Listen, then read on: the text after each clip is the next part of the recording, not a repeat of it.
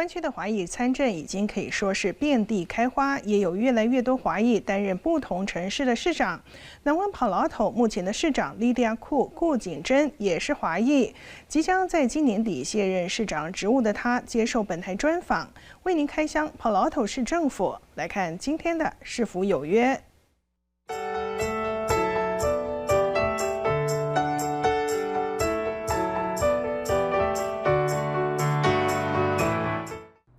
说到Palo Alto市，一般人最容易联想到的就是这是个有钱人住的城市，也会联想到斯坦福大学就在这边。不过这些都不是这个城市的全貌，还有什么其他的特色？我们今天的市府有约为您专访到Palo Alto的华裔市长Lydia Kou来为我们介绍。Palo Alto市政府就坐落于该市市中心 Hamilton Avenue 250号。我们先来到市长办公室拜访市长顾景珍 Lydia Kou。大家好。Hi Mayor, how are you? Very good, Miss Kou. Very nice to meet you and see you. 从市长办公室可以看到市区的全景，甚至可以远眺史丹福大学。从窗外往下看，可以看到2棵大树。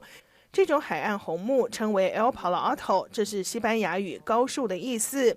其中最高的一棵 El Palo Alto 位于当地的 El Palo Alto 公园，就是 Palo Alto 名称以及市徽的由来。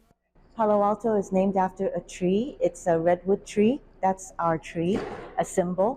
And that tree is actually still standing after over many, many decades. It was actually used as a finding point for a lot of the people that were traveling up and down the El Camino from Monterey all the way to San Francisco. They would use the tree as the symbol of, oh, that's the midpoint. And so it's called El Palo Alto. 市府近日也开会研议要如何保护这棵具有历史意义的树。不仅如此，爱树的Palo Alto市还连续荣获美国树之城的美誉。As you know, trees are very important to environmental health as well as to people health because trees produces clean energy. It is one of the cheapest form of clean air that is produced. So it takes in carbon dioxide, releases oxygen, which we all need. So that's why trees are very important. 这个市府大厅记录了城市的历史，而它跟很多城市会设置实体服务台不同。位于矽谷的Palo Alto，空间利用和服务很高科技。And then during the pandemic, we had to kind of shut down a little bit, but we wanted our offices to continue working. So what we've done was we installed a virtual assistant, and you can see that it is now at work. People can call up to the different departments, they can leave a message, or they can speak to somebody for them to come and pick them up for their appointment. Our lobby can actually also hold meetings. It can be expanded upon from this conference room. And we have doors that are nano wall, so you can push it all the way back and open it up so that you are in the entire lobby area, and we can utilize a community meeting room kind of space. 顾市长又带我们参观市议会，这里就是市议员们开会的地方。目前采取实体和视讯并存的混合模式，以便让更多市民可以参与市政议题的讨论。这面墙是所有历任的市长。说到华裔在当地的参政，Palo Alto早在2012年就产生了首位华裔市长，那就是叶亚薇亚薇叶。他早在2012年就担任该市市长。Lydia Kou虽然不是首位华裔市长，却是该市首位华裔女性市长。说到该市的特色，Lydia说很多居民都是冲着教育而来，包括来自全美和全世界不同产业的名人，都是为了下一代的教育搬到这里。Yeah, City Palo Alto is actually pretty well known throughout the world, right? And mostly for its educational system. So people want to come here because they have a Palo Alto Unified District, which has from kindergarten until 12th grade. They have a really blue ribbon kind of school system, which is very highly regarded. So, and then it has a very high rate on getting into colleges, into universities.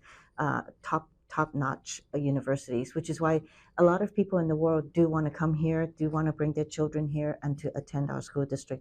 也因为学区好，加上名人效应，当地房价也高得令普通民众却步。因此，该市市民当前讨论最热门的议题就是住房。Mainly, it's about housing.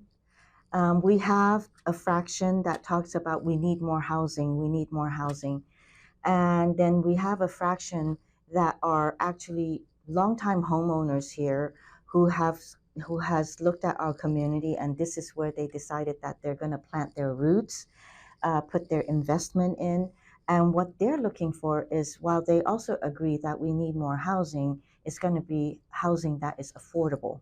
顾市长表示，在州府的主导下，加州各地都必须增加可负担住房数量，但基于当地平均收入偏高，这些可负担住房的收入标准对于非高科技业的员工来说并不实际。And oftentimes when they do develop the below market rate housing, it's at the highest level. So when you look at the highest level at what we call 120% area median income, it's a six-figure income, which is about 120,000, which is what usually tech workers are making at the entry level.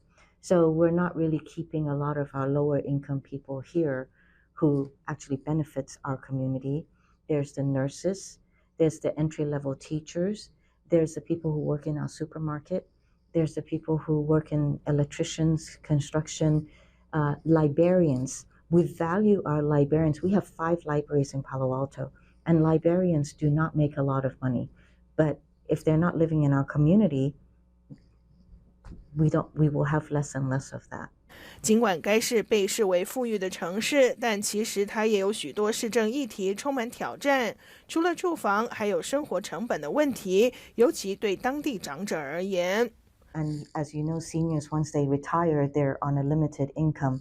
And we're starting to see the seniors actually starting to feel that they have to make a choice. Do I pay for medicine or do I pay for food? Do I pay for medicine or do I pay for utilities?